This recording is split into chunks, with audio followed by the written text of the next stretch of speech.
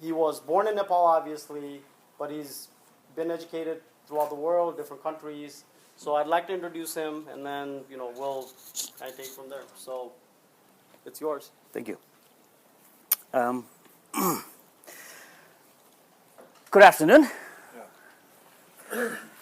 Before I begin, before I start my presentation, and the reason I'm squinting is because my spectacles, my glasses, one broke and the other I lost, so I can't see too well. And I'm trying to locate Rupesh. Where is he? Rupesh. There it is. Yeah. Anyway, I'd like to thank Rupesh for arranging this, and of course the association, and the hospitality. Rupesh and Archana have been very graciously hosting me, putting me up. I'm the education program director for Community Members Interested, Committed in Kathmandu. We also have a chapter in the U.S. It's based out of Washington, D.C., Virginia. And we have been implementing education-related projects in schools, 2 schools in Kathmandu, and schools in the VDC, the village of Thangpalkot, about 80 kilometers, 50 miles northeast of Kathmandu.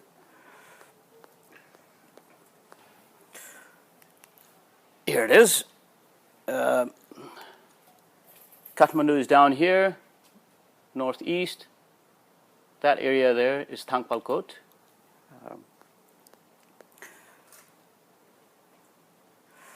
The majority of the people in Thangpalkot, as in the rest of the district, are Tamangs, one of the marginalized groups of Nepal, as Tharus.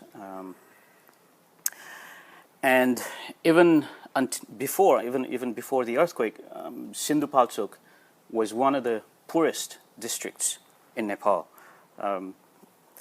and it is quite remote, even though it's only 80 kilometers from Kathmandu. It takes anywhere from 6 to 11 hours for us to get up to the site, depending on the mode of transportation or the combination of transportation. 6 hours if we take a comfortable, bumpy, 4-wheel drive ride. Otherwise, 7 hours, 7, 8 by bus. Or if we take a bus to Melamchi, right here, where the blacktopped road stop. From there onwards, we usually walk. Then that takes us a total of 11 hours. The road from Melamchi to Thangpalkot is horrendous, useless, and I'm sure it's not even existent anymore with all of the floods, the landslides and everything.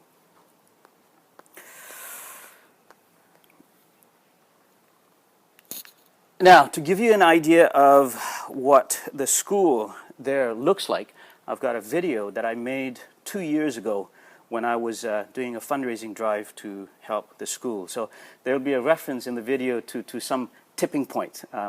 Just ignore that. I want to be a policeman. I want to be an engineer. I want to be a doctor.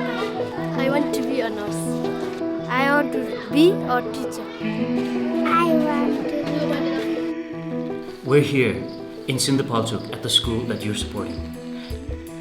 You've just heard the dreams and aspirations of the students, but there's a huge gap between their dreams and reality.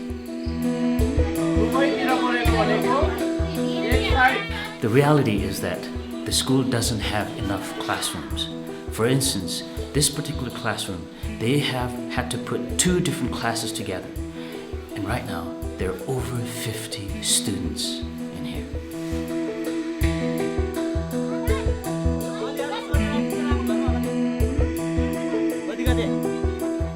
The other issue, the other challenge here is the quality of teaching. Although the teachers themselves are highly committed, they lack experience and they lack training to help the students realize their dreams.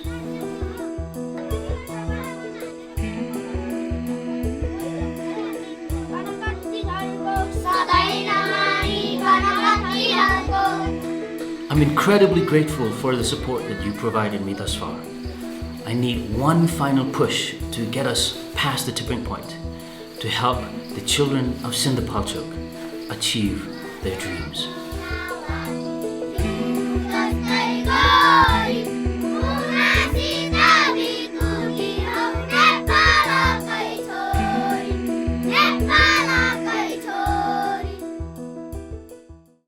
And to give you an idea for what we do. What do fish, science lessons, and the tallest mountains in the world have in common? We at Committed believe they are the ingredients for a sustainable and holistic poverty alleviation program. Committed is a non-profit, community-led organization based in Nepal. We work in Thangpalkot, a village in the foothills of the Himalayas, which, like most in the country, suffers from two interconnected problems: a lack of high-quality education and shortage of income generation opportunities.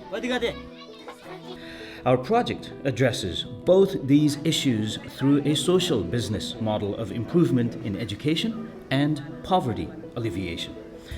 We have built fisheries for 2 schools and have supported community members to build their own. The income generated has provided much-needed funds for the schools and families. The fisheries attached to the school also function as a laboratory to do hands-on science, bringing the curriculum to life, in addition to teaching the students practical life skills.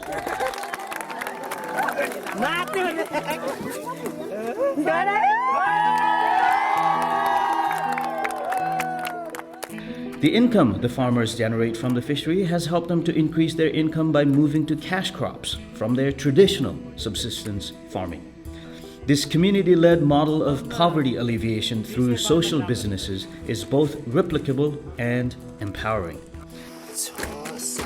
For us, teach a man to fish and he feeds himself for life is not just a well-worn slogan, but literally what we are all about.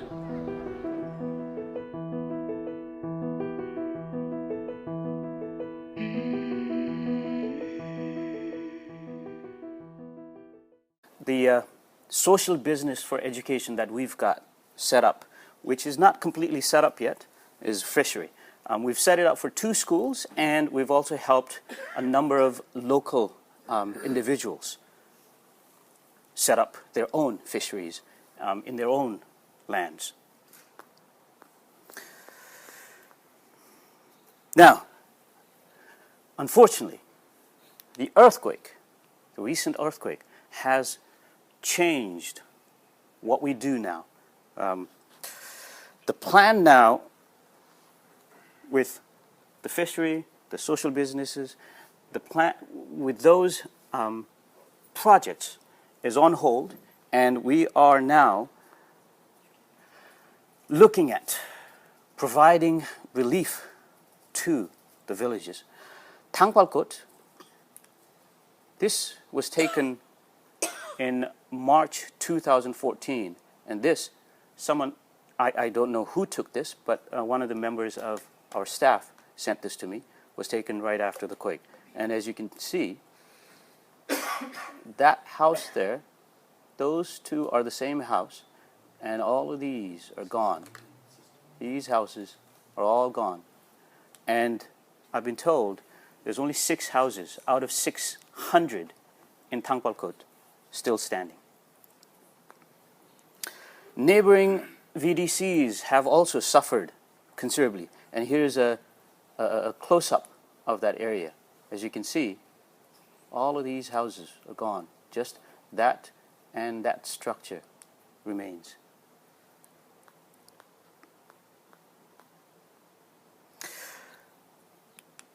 Our school, the school that was featured in the video, that building was where the library, the computer lab, and the science lab were housed has been reduced to rubble. Luckily, well, as bad, as devastating as the earthquake was, because the earthquake occurred at noon on a Saturday, the casualties to students were dramatically reduced. Otherwise, I don't know how well you know schools in the countryside. Kids in those classes would not have been able to leave as easily if they had been inside when the earthquake occurred. And to give you an idea for the damages in the area, Thangpalkot is here. 34% of the school buildings in the 4 schools in Thangpalkot have been destroyed. And its neighbor, Gunsakot, there were 23 rooms in 2 small schools. All of them have been destroyed. Similarly, some of the other schools have suffered damages, destruction to their properties. 41 out of 41, 100%, 83%, 92%. And children, of course, students have died, numbering about 64 total. Staff have died as well.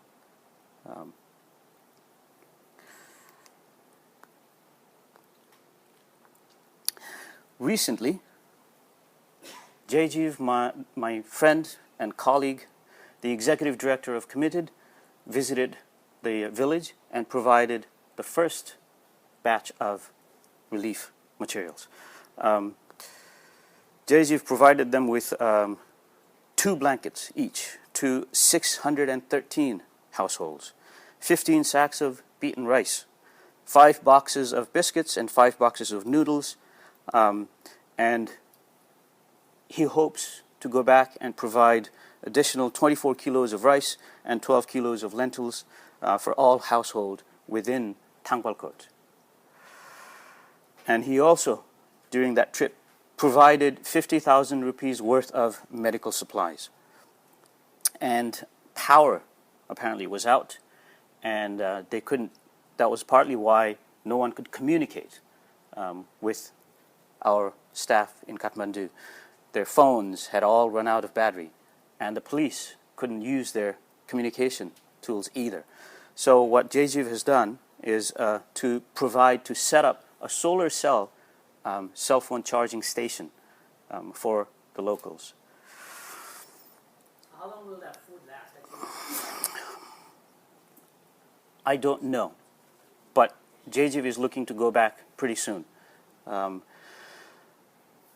Again, the roads are not there, and so he had to basically take vehicles to a certain point and then walk and then take another vehicle. So basically had to take combinations of vehicles to get to the village.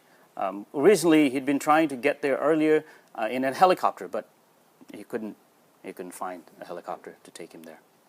So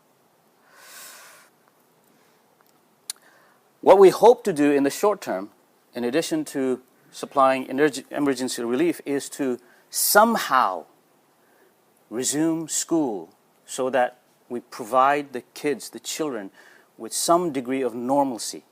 And one of the things we've been thinking about, one of the things Jajiv is thinking about, is maybe have them come to the school and have games and art projects and so on. But that's still in the process of planning and organizing.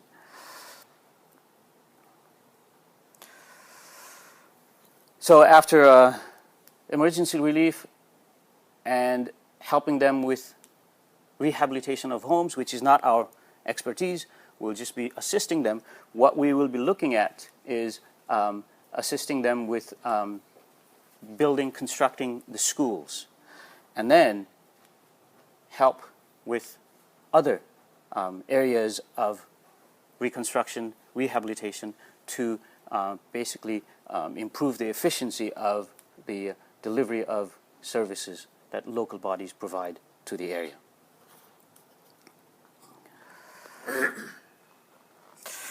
Now, why am I doing this? one of the things I've been doing going around traveling in the U.S., I arrived here the 31st of May. One of the things I've been doing, moving from one city to another, talking to people, is to tell my story as to why it is that I'm back home doing what I do.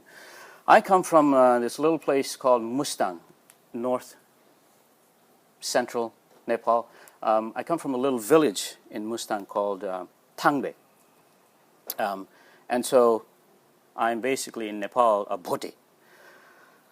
I lived here with my grandparents, but my parents wanted me to go to school, so they were living in Pokhara while I was here with my grandparents. They wanted me to go to school, so my dad called me down. My grandfather wouldn't let me go for a long time, but finally he relented. And I ended up at a government school in Pokhara. But one of these government schools, I was the third government school I was at. One of the teachers recognized my potential, and he took my dad aside and said, "Look, your son is very good, but if you leave him here, if he goes to government school, nothing will happen to him. Take him to Kathmandu, put him in a good school." To make a long story short, I ended up at St. Xavier's with Rupesh. I still can't see him. There he is. Okay. St. Xavier's, and at St. Xavier's, we had these North American teachers, Jesuits, American Jesuits, Canadians, and they basically inspired us to dream beyond Nepal. And fifth grade, graduates of St. Xavier's, when they would come visit the school, our teacher, Father Downing, would bring us into the classroom to talk to us. And these ex-students would tell us about the U.S. and education in the U.S. And that's when I decided I would come to the U.S. for education. And one thing led to another. I got a scholarship to go to Italy, and then got a scholarship to study in Grinnell, in Iowa. The idea was that I would come study and get qualifications and go home and help children who were born into the kind of background that I was born into. Low caste. Bhotes are low caste in Nepal. We're considered a low caste. Plus, we were poor as well. So the idea was that I would get qualifications, a little bit of experience, and then go home to Nepal to help the next generation of Nepalese. But I ended up traveling the world as an international teacher for over 15 years. And then finally, when I decided I would go home, I was in Qatar. And March 2013, after deliberating for a little over a year, I decided I would go home and fulfill my original dream. Except I would take a detour. I would be jailed on charges of insulting Islam on May 1st, 2013, a little over 2 years ago. But luckily, people like Rupesh, as a matter of fact, Rupesh was probably one of the central characters in launching a campaign to get me released from jail. And on 12th May 2013, I was released after 4 days of campaigning to get me out. And on the 13th of May, I returned home.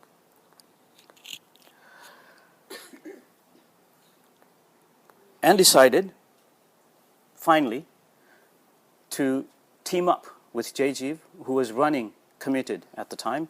COMMITTED was founded in the U.S. in 2004, and Jajiv had gone back in 2011 to basically devote all of his time to COMMITTED as well. He gave up his job in Virginia.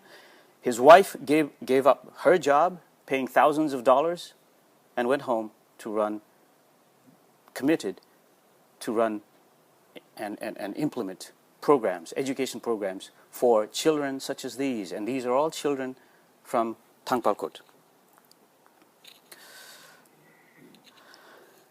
And the reason I do this, again, the reason I'm involved in education is not only because I'm a teacher, but also because education and everything else that followed as a result of education, everything else that followed was because of education.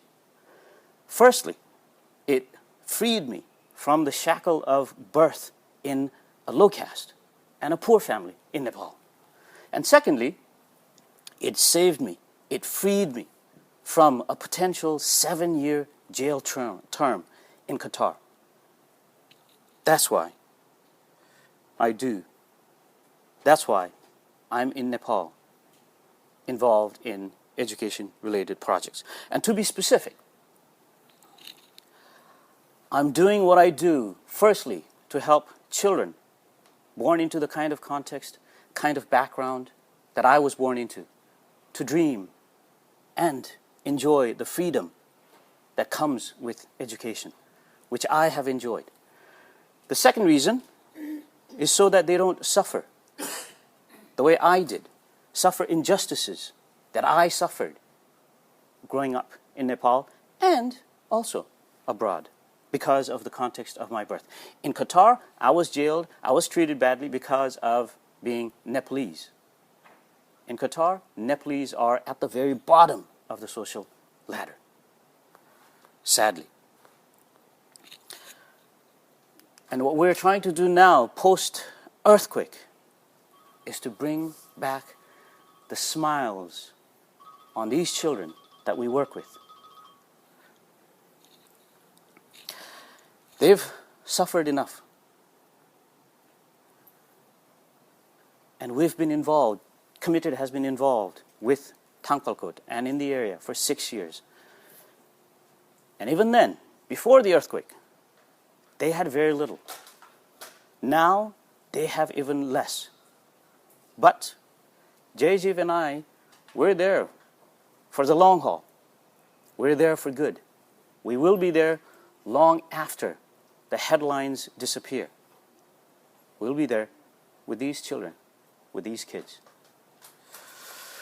Thank you.